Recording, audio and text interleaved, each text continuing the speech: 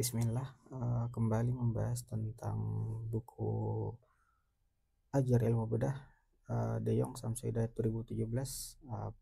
Ini nih khususnya di volume 3 ya, membahas terkait dengan khusus besar yaitu bab kolon. Nah, kemudian kita akan bahas untuk materi kali ini subbab tentang endometriosis ya.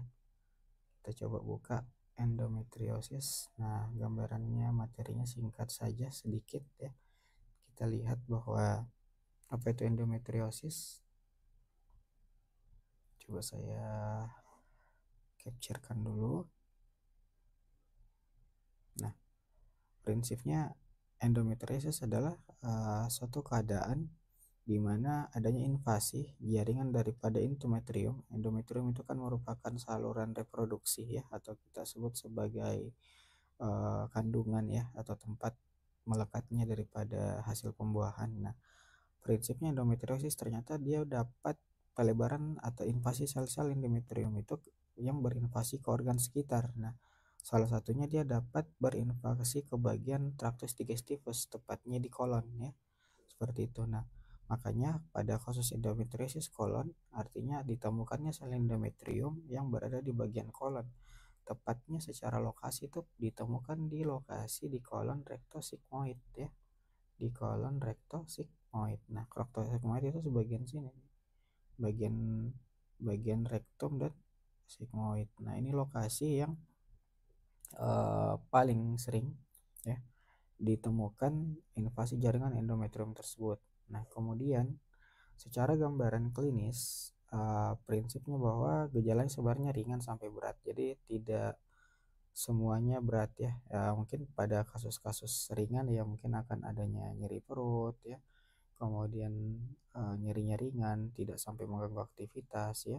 Kemudian kalau untuk sampai berat sebenarnya itu sudah ternyata bisa memberikan dampak atau gangguan berupa obstruksi atau gangguan pasasi saluran pencernaan seperti itu. Jadi gejalanya bisa ringan ya hingga berat. Berat itu kalau sudah sampai obstruksi sempurna. Kemudian kapan kita bisa curigai pasien-pasien dengan endometriosis kolon? Bahwa ini sebenarnya terjadi pada wanita subur ya, wanita subur atau usia reproduktif ya, yang dimana datang dengan keluhan nyeri perut ya, nyeri perut bawah spesifiknya, yang dimana wanita tersebut datang dengan keluar rektosigmoid ya, jadi bagian perut kiri bawah atau bagian bawah itu yang nyeri ya, kemudian yang menjalar sampai bagian rektum ya, jadi dia kayak tembus ke bagian belakang atau rektum, yang prinsipnya paling hebat atau paling nyeri itu terjadi pada sewaktu fase haidnya ya. Dari siklus 28 hari normal, ternyata dari 28 hari tersebut nyerinya yang paling hebat ketika terjadi pada fase haid ya, seperti itu. Nah, kemudian selain nyeri ya, nyeri memberat di waktu haid, yang kedua juga dapat adanya gangguan saluran pencernaan ya, dapat gangguan uh, pengantaran atau pasase yang terlalu sering disebut dengan diare, atau penurunan fungsi pencernaan atau konstipasi, atau bahkan tidak bisa BAB. Nah, kemudian tidak ada perdarahan rektal. Nah, prinsipnya kalau dia sudah berat, jaringan-jaringan endometrium ini dapat menyebabkan struktur pada saluran cerna khususnya di bagian rektosigmoid. Nah, sehingga struktur ini atau penyempitan ini yang akan dapat menyebabkan gejala obstruksi seperti itu. Jadi prinsip gejalanya ya ringan sampai berat. Ya pasti akan pertama ada nyeri ya, satu nyeri ya, memberat pada saat haid, yang kedua bisa diare ya, konstipasi. Kemudian yang ketiga ya kalau sudah kasus berat ya sudah akan muncul struktur kolon ya, struktur kolon sigmoid. Nah, sehingga muncul gejala-gejala obstruksi ya, seperti apa, konstipasi, kemudian perut distensi, mungkin disertai dengan mual muntah dan lain-lain ya. Jadi itu kalau sudah mengarah ke gejala obstruksi. Jadi prinsipnya dari ringan sampai berat. Nah, kemudian kalau untuk menentukan ya bisa dilakukan fotobarium ya. akan kita lihat bahwa terjadi penyempitan usus tanpa kelainan permukaan salivary lendir yang membedakannya dengan karsinoma ya. Jadi prinsipnya juga pentingnya untuk biopsi ya, untuk membedakan apakah invasi sel tersebut apakah suatu bentuk karsinoma atau merupakan sel endometrium yang berinfiltrasi ke kolon.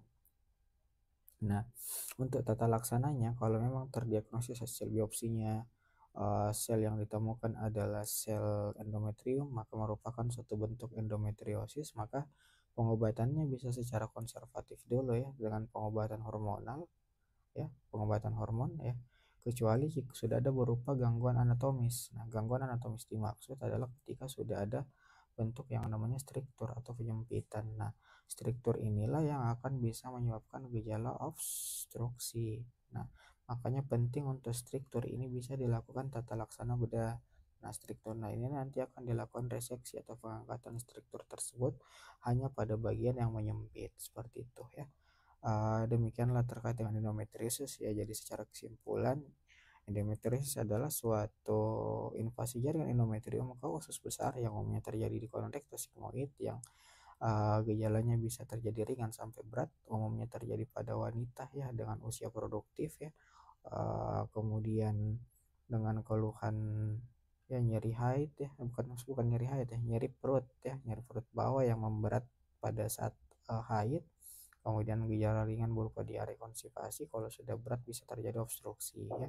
Kemudian dikonfirmasi dengan pemeriksaan fotobarium sama biopsi. Kemudian untuk tata laksananya kalau terdiagnosis dalam keadaan yang ringan cukup konservatif dengan pengobatan hormonal. Kemudian kalau memang dia sudah ada struktur, nah ya penting untuk dilakukan tindakan operatif berupa reseksi usus pada bagian yang menyempit. Demikian, semoga bisa bermanfaat. Terima kasih.